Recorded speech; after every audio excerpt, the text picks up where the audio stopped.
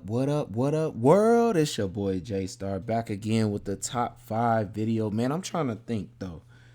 Should I do all the top fives or should I just do this one at a time still? So I don't know. We're gonna get into this and then we're gonna see if I just want to stop here at this tight end one or we're gonna keep it moving, man, and get it all done in one day right here, one video. But let's go, man. So week 2, top 5 tight ends, man. Looking like at number 5 this week, I got, where is he? I think he's like 4,400. Yeah, Cole Kmet, man. In a good spot against Tampa Bay, man. They give up tight end, man. They showed once again that they give up tight end. With what I want to say, who was that again? Hawkinson. And if we're gonna get 7 targets, it still seems like, I mean, at least going off of this game here, that Komet is still going to be at least one or a number 2 option here for Fields. So I definitely feel like in this matchup here, for week 2, man, Komet's got to be on there at number 5, man. There should be getting good points there from him. And we got Logan Thomas at number 4, which I believe his price is still really cheap, right? Yes, he is. Craziest thing that they kept him so cheap when he had, what was that, 8 targets. We get that again against Denver. I feel like we can get a better outcome, possibly even a touchdown from him. And then we have about 11 to 12 points, which would be really nice for a 3,100 tight end. So that's why he makes it on the list at number 4. At number 3, though, this week, told y'all, my guy Musgrave, man. Told y'all he wasn't going to be no 2,900, no $2,000 tight end. Had 4 targets.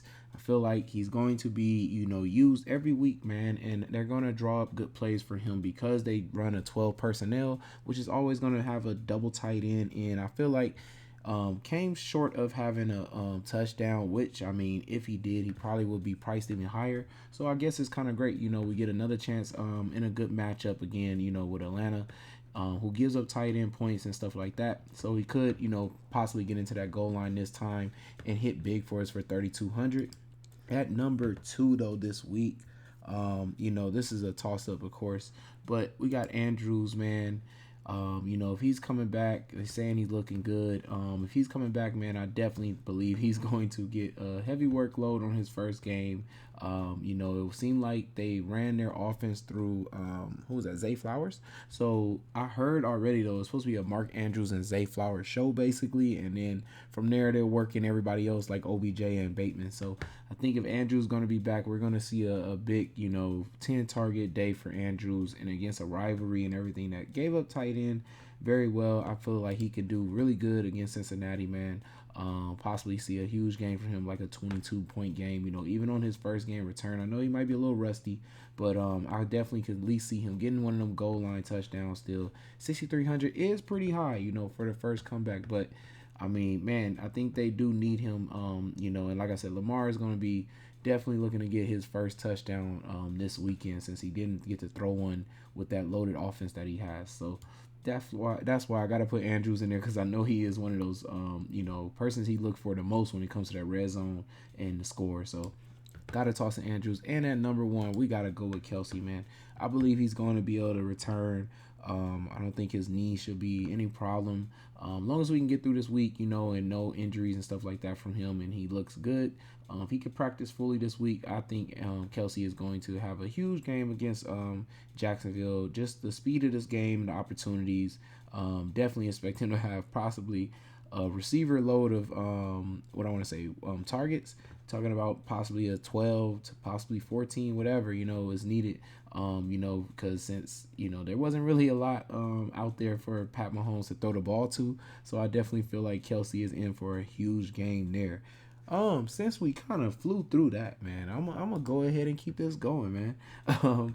We're gonna go ahead and at least get on with these running backs, man. So let's see what's on our list here, man. This was a hard list, man. Real talk. Running backs here, I got a tie down here at the bottom with Rachaad White being like a 6, 6 on this list. Rachaad White and then D-Jack again, man. D-Jack again, man. I mean, he disappointed us, but it's just too good of a matchup to not mention him at least. Houston is still bad. If it's not him, maybe it's one of the backups, but we'll have to see if, one of the other ones are even able to play, since two of them might still be out. So D-Jack has to at least be mentioned there, for the matchup and everything like that. Besides that, though, I'm moving up here. At number 5, I got Gibbs. I think he's in for a big game. The only thing, some of his goal line rushing attempts will probably be stolen, but I do think they're going to at least make sure they give him one opportunity to get in there. And I think he will rush over 100 yards in this game. I can see him breaking out a big run. And also maybe pass catching his way into the touchdown. Maybe that's how they do it, since they might not want to take away Montgomery's, goal line rushing attempts, but I could definitely see them trying to do one of them like wheel routes or bringing them right in front of the quarterback, out the backfield to toss it to him on a slant or something like that. I definitely just see him scoring though in this game, man. Detroit loves to get their running backs the ball, and two can have a good game, man, at the same time, because that's just the style they play, man.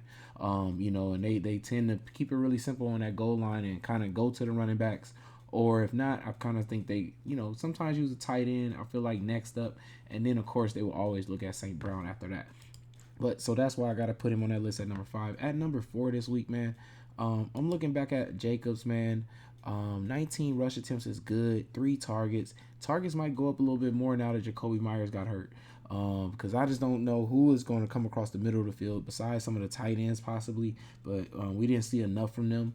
I definitely see them dumping it off to Jacobs a lot more probably in this game, as well as I see him getting a lot of rush attempts after what they saw Buffalo get. It kind of exploited, man, with the rush game, man. That big run by who was that? Breece Hall. And then some runs that I seen, big gap holes that I saw for Dalvin Cook. I just see Jacobs being able to produce very well because of that, man. So I definitely think the Raiders will lean on him a lot for this game. Coming off of that, then we got who we got here. Okay, so on the other side of the Texans game, we got, where is he at, man? Pierce, man. Saw good running. What I want to say, production, man, from the running backs in the game from Jacksonville, and I didn't even expect much from them because their line wasn't that great. The line is really good against the Colts. They were still able to produce really good for both of those running backs, man. So I definitely see Pierce. He has that breakaway speed. Also likes to break tackles very well. So definitely see him breaking a big one in this game. 5,600, I just feel like he can definitely hit, man. I don't remember how he did last season. Didn't do good that first time against the Colts. But this team is going to heavily lean on the run, man, too, as well. Like, they was passing a lot. They played really fast. I think they will get down the field, and I definitely can see him running in, like, at least one rushing touchdown in this game. So, I definitely think he hits for 5,600 there. We got at number 2, though, against my Packers, man, I just feel like Bijan Robinson probably kills us, long as Cordell Patterson somehow just doesn't play. Algier did steal some of those touchdowns, in the goal line, and he probably still could do that again. But I just think there was like a big run, him breaking some people, man, against my team, man. I could just see it happening, man. Gave up, really good points already for Packers for the running backs. And, and Roshan Johnson, who came in, ran really hard and doesn't even have the agility and speed of Bijan Robinson. So I think he probably gets up to probably 15 at least rush attempts in this game. And I feel like that's going to be enough for him to bust 100 yards. And if he's going to continue to get 6 targets, I mean, it's going to be hard to stop him, man, for the Packers, especially with those screen plays and things like that. I just can see him going off, man. 7,900. Maybe, maybe I know it's barely $100 off from being 8,000, but maybe he does hit. He already had 20 points. I mean, I could still see him possibly getting to 28 in this game. So I got to put him there at number 2. At number 1 this week, man, I'm going with Henry, man. Henry is just, I feel like the Chargers, they played a team that, what I want to say, puts a heavy set personnel is what they playing, but they tend to pass more than they actually run at all. And now you're going against a team that's a heavy set team that wants to run the whole time. And I do think Henry is going to run 25 times in this game. Hopefully we still get the 3 targets because that's really great for Henry. He doesn't usually get a lot of targets, but it was good to see with 3 targets, he got 56 yards. If he can get that again, I think he breaks 100 yards rushing, possibly gets 2 touchdowns in this game, and has the biggest week for all the running backs to me. So that's why I got to put Henry at number 1 on this list, man. Let's keep it going, y'all. We're going to keep this going, man. We got quarterback. at quarterback, man. Number 6 on this list. It's gonna be a funny one, man, because oh man, I know he doesn't usually pass a lot, but let's see where he's at. $5,000 Tannehill, man. He's gonna miss the cut, but I mean, what we saw from the Chargers was really bad, man. And I know he's not a passing team or anything like that, but possibly, Tannehill, he did pass a lot, at least to DeAndre Hopkins. A little bit to Treylon Burks, and wasn't enough to anybody else from what I've seen. But maybe he does hit, with Hopkins in this game once the run is established and everything. So I definitely think, he needs to be at least mentioned, because Chargers could just be that weak. Like, we don't know yet. I know it was, Tyreek Hill and Waddle. And they're very, very, very hard to stick by any team, So especially if you're gonna even do some man matchups too, that was just kind of dumb to me, is what I thought. But I mean, they do have good cornerbacks in J.C. Jackson and good safety, so I guess they thought they could get it done, but it didn't work out too well. After that, we have man, where is he at? Did he drop a lot or not? Okay, so Geno Smith, man, dropped $200, goes underneath 6,000 now. Definitely got to go with Geno, man, at number 5, man, on this list. We've seen him. I mean, he's been a very accurate quarterback. I just don't know what made them only throw 26 times with all those weapons, man. I kind of had a feeling he would have a problem, with having all those weapons, and because they've been playing really slow over here in Seattle. Is what causes it being so hard for 2 wide receivers to hit. And they did play a team that played super fast, so I don't understand why they only had 26 pass attempts still. They're gonna need to up it a lot with the pass and the dropbacks, man, because they just have too many weapons, man. Fant got 0 targets, and that made no sense to me.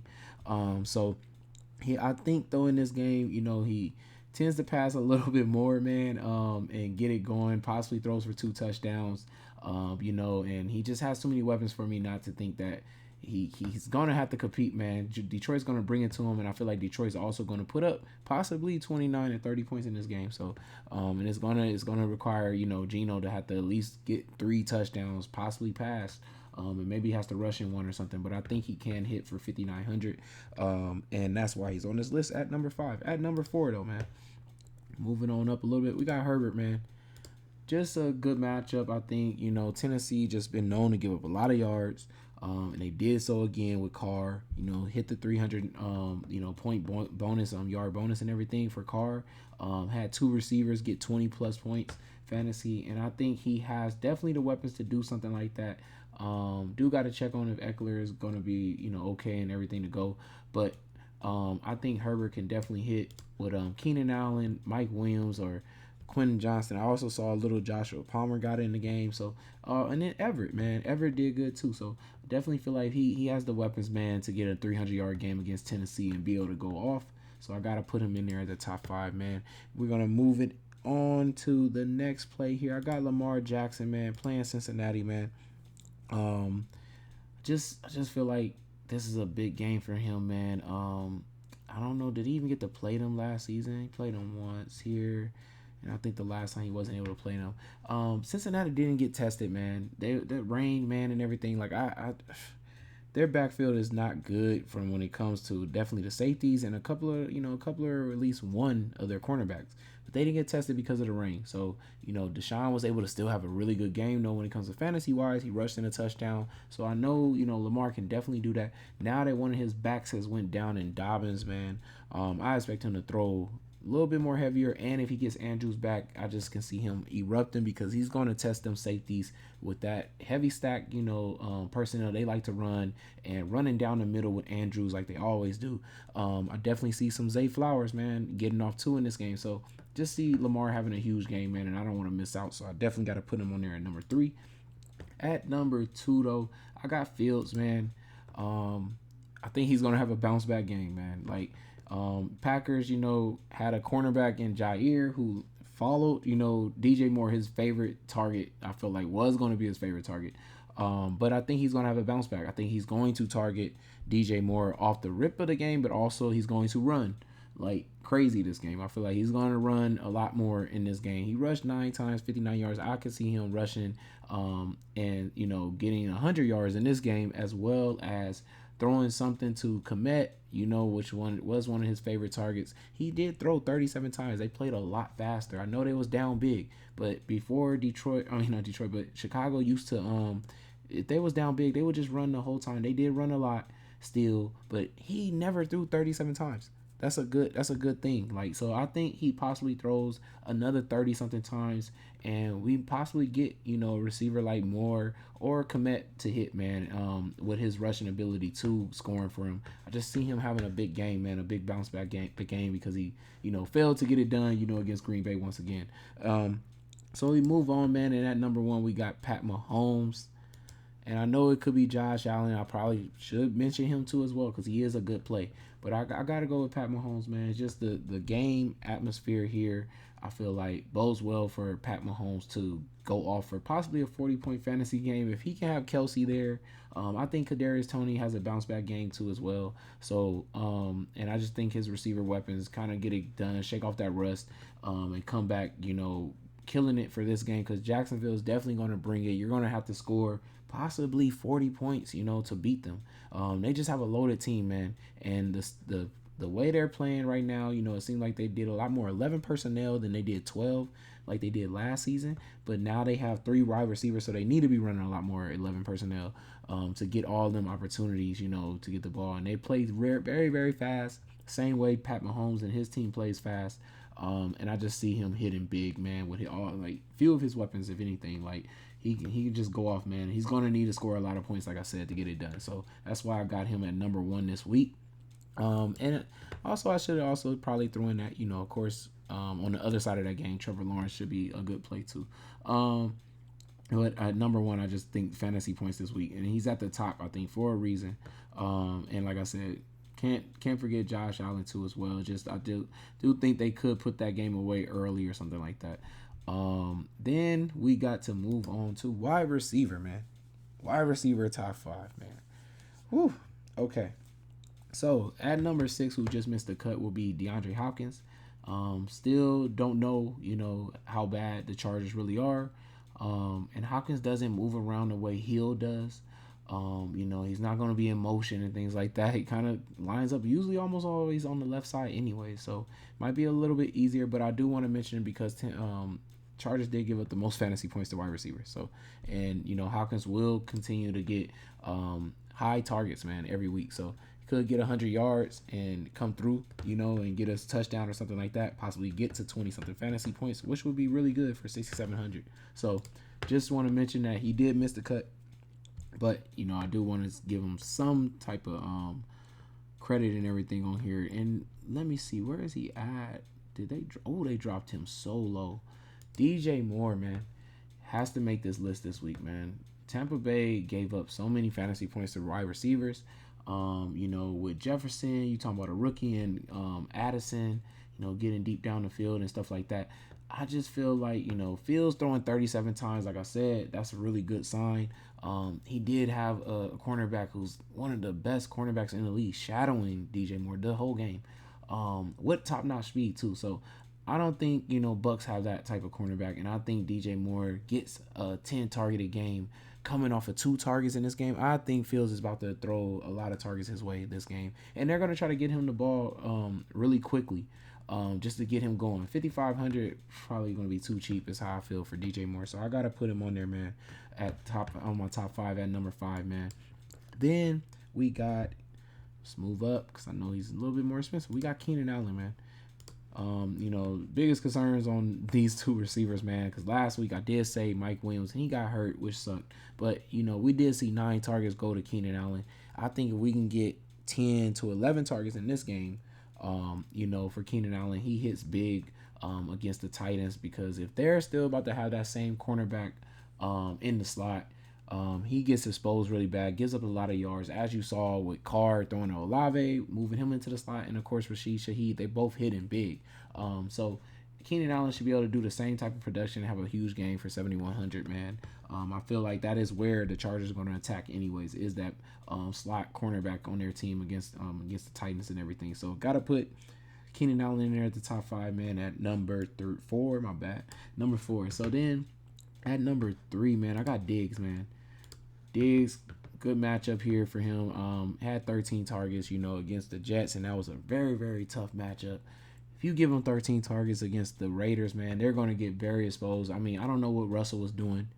I know he did. Some of his weapons got depleted because of Doncic getting out that game and everything. But Sutton, to me, should have had a bigger game. And I just feel like Russell, is something wrong with Russell. Like, I just don't know what it is, man. I mean, maybe he needed Judy, but it just didn't seem like he shouldn't have needed him that bad. But, yeah, if you're going to tell me Diggs is about to get another 10 targets against the Raiders, he's going to probably kill them. So, got to put him on this list. $8,000 is very high, though. So he would need a nice 40-point game. It's possible. I don't know for sure if he's gonna get it, but yeah, do gotta put him on here on this top because I definitely we know he can get high fantasy points though. Then next up we have is Chase, man, at number 2, man. Gotta go with Chase, man. He coming off of a rough game, man. The rain and everything like that. He still was able to get 9 targets. I think if it wasn't raining, he possibly would have had 13 to 14. I think they're going to bounce back very hard. They're going to draw up crazy amount of plays. He usually always does good against Baltimore. As you see, 23-22. Did he play him? Okay, so he had 12 that time. He does pretty good every time he usually matches up against Baltimore. And I expect this game to probably be a back and forth game. Both freaking quarterbacks did not throw a touchdown in their first game. They're going to try to throw multiple touchdowns, and they're going to try to get them definitely mostly to their main and best weapons. And I feel like Chase is in for a huge game because of that. A huge bounce back game. So that's why he makes this list at number 2. At number 1 this week, though, I got to go with St. Brown, man. After seeing what Nakal, come on now, a rookie was able to do in the slot. Mainly, he's always in the slot, which is exactly where St. Brown is.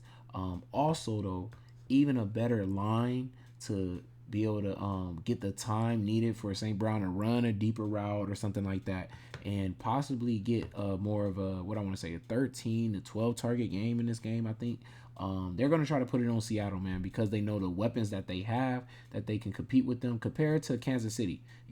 Kansas City, they knew, was very depleted, didn't have anybody that we knew, was a go-to person that can, get them down the field fast enough and anything. But Seattle does.